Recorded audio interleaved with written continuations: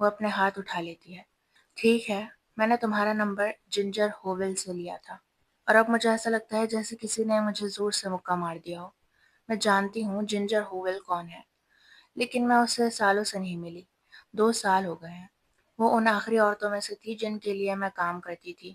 اس وقت جب اینزو اٹلی چلا گیا تھا، ہم نے اس کے لیے ایک وکیل ڈھونڈا تھا جو کنٹینجنسی بیسس پر کام کرنے کو تیار تھا تاکہ وہ اپنے مانسٹر جیسے شوہر سے طلاق لے سکے۔ وہ وکیل لڑا تھا اور ہم اس کے لیے نئے پاسپورٹ اور آئی ڈی لینے کی کوشش کر رہے تھے، لیکن آخرکار اس کے شوہر نے اسے چھوڑ دیا۔ امید ہے وہ ٹھیک ہے۔ جنجر ایک نائس پرسن تھی۔ اس کا شوہر جو کچھ اس کے ساتھ کر رہا تھا وہ یہ ڈیزرو نہیں کرتی تھی۔ لیکن اگر وینڈی نے میرے بارے میں جنجر سے سنا ہے تو… وینڈی، آپ نے ڈگلاس کو کیوں کہا کہ وہ مجھے کال کرے؟ میں کہتی ہوں۔ وہ اپنا منہ کھولتی ہے اور میں جلدی کہتی ہوں، مجھے اصل وجہ بتاؤ۔ وہ ابھی بھی میری طرف نہیں دیکھتی بلکہ کارپیٹ کو گھور رہی ہے۔ مجھے لگتا ہے تم جانتی ہو کیوں۔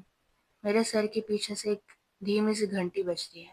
جب میں یہاں آئی تھی تو مجھے اندیشہ ہوا تھا کہ اس گھر میں کچھ عجیب ہے، لیکن ہر دفعہ جب میں وینڈی سے بات کرنے کی کوشش کرتی، وہ مجھ سے بات کرنے میں انٹرسٹڈ نہیں ہوتی تھی۔ میری کلائی ٹوٹ گئی، وہ کڑواہٹ سے کہتی ہے۔ اس نے مجھے دھکا دیا اور میری کلائی ٹوٹ گئی، مگر جب میں ڈاکٹر کے پاس گئی تو وہ کبھی کمرے سے نہیں گیا۔ مجھے کہنا پڑا کہ میں برف پر پھسلی اور گر گئی۔ بس اسی وجہ سے اس نے مجھے گھر کے لیے ہاؤس ہیلپ رکھنے دی، ورنہ وہ کبھی کسی کو یہاں آنے نہیں دیتا۔ میرے ہاتھ مٹھی میں بند ہو جاتے ہیں۔ آپ نے کیوں کچھ نہیں کہا؟ کیونکہ یہ ایک بیکار آئیڈیا تھا کہ میں تمہیں یہاں لاؤں۔ اس کی خون سے بھری ہوئی آنکھوں میں آنسو بھر آتے ہیں۔ میں ڈیسپریٹ تھی، مگر جب میں نے تمہیں دیکھا تو مجھے پتہ چل گیا کہ میں اس سب کو کنٹینیو نہیں رکھ سکتی۔ تم ڈگلاس کو نہیں جانتی، تم نہیں جانتی کہ وہ کیسا ہے۔ اس سے بچ کر نکلنا ممکن نہیں۔ تم غلط ہو، میں کہتی ہوں۔ وہ اپنا سر پیچھے جھکا کر کڑوا سا ہنس دیتی ہے۔ تمہیں کوئی اندازہ نہیں کہ تم کیا کہہ رہی ہو۔ ڈگلاس ہر جگہ ہے، وہ سب کچھ دیکھتا ہے۔ میں ان تمام وقتوں کو یاد کرتی ہوں جب میں اس سڑک پر محسوس کرتی تھی کہ کوئی مجھے دیکھ رہا ہے۔ کیا وہ ابھی ہمیں دیکھ رہا ہے؟ کیا وہ اس بات چیت کو سن رہا ہے؟ مجھے نہیں پتا۔ اس کی آنکھیں ہال میں ادھر ادھر ٹکرا رہی ہیں۔ میں نے گھر میں کوئی کیمرہ نہیں ڈھونڈا، لیکن اس کا مطلب یہ نہیں کہ وہاں نہیں ہے۔ ڈگلاس کے پاس ایسی ٹیکنالوجی ہے جو ہم سوچ بھی نہیں سکتے۔ وہ ایک جینیس ہے، پتہ ہے؟ اس کا ہنسنا اس دفعہ اداس لگتا ہے۔ میں پہلے اس میں یہ بات پسند کرتی تھی۔ پھر بھی کوشش کرنا چاہیے۔ اس کے زخمی گال ہلکے سے لال ہو جاتے ہیں۔ تم سمجھتی نہیں، وہ اپنا ہر ایک روپیہ خرچ کر دے گا مجھے ڈھونڈنے میں۔ وہ بالکل صحیح کہہ رہی ہے، اور ڈگلاس کے پاس خرچ کرنے کے لیے بہت پیسہ ہے۔ ایسے شوہر سے بھاگنا مشکل ہوگا۔ میں واقعی نہیں جانتی وہ کیا کر سکتا ہے، اور مجھے پتہ نہیں اگر میں اس کی مدد کر سکوں، خاص طور پر کیونکہ میرے پاس اینزو والی ریسورسز نہیں ہیں۔ میرے پاس ہر کام کے لیے ایک بندہ نہیں ہے۔ اس لیے میں نے قسم کھائی تھی کہ میں اپنی زندگی چھوڑ کر کالج کی ڈگری پر توجہ دوں گی، تاکہ ایسی مدد کر سکوں جو قانون کو توڑتی نہ ہو۔ لیکن میرے جسم کے ہر مالیکول چلا رہے ہیں کہ مجھے اس عورت کی مدد کرنی ہوگی۔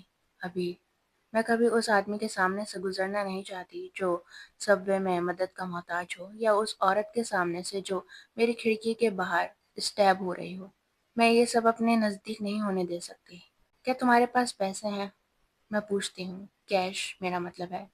وہ تھوڑا جھجک کر سر ہلاتی ہے۔ میں اپنے کچھ جولری دھیرے دھیرے بیچ رہی ہوں۔ میرے پاس بہت کچھ ہے۔ ہر دفعہ جب وہ مجھے مارتا ہے، وہ مجھے کچھ نیا اور مہنگا خرید کر دیتا ہے۔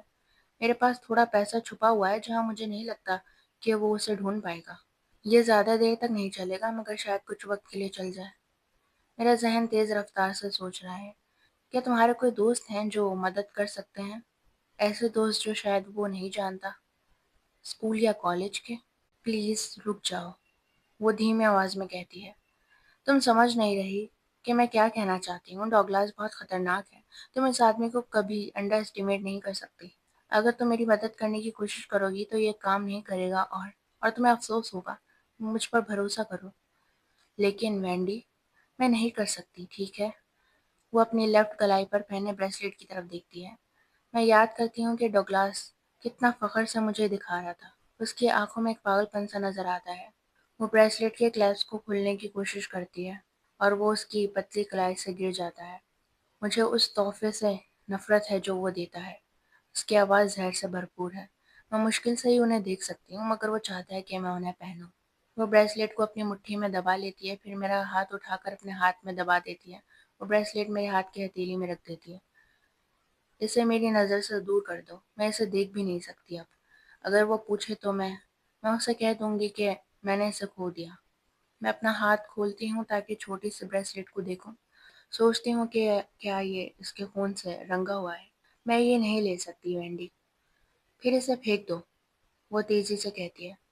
میں اپنے گھر میں اسے نہیں چاہتی، خاص طور پر اس کے بعد تو بالکل نہیں جو اس نے اس پر لکھا ہے۔ میں بریسلیٹ کو اپنے چہرے کے قریب لاتی ہوں تاکہ انسکرپشن کو دیکھ سکوں۔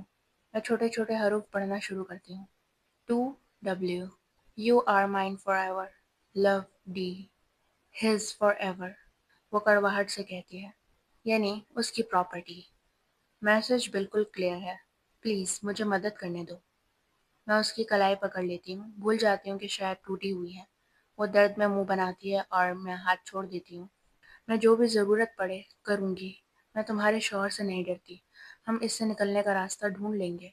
پھر میں اس کی آنکھوں میں دیکھتی ہوں، ایک جھلک ہمت کی، امید کی۔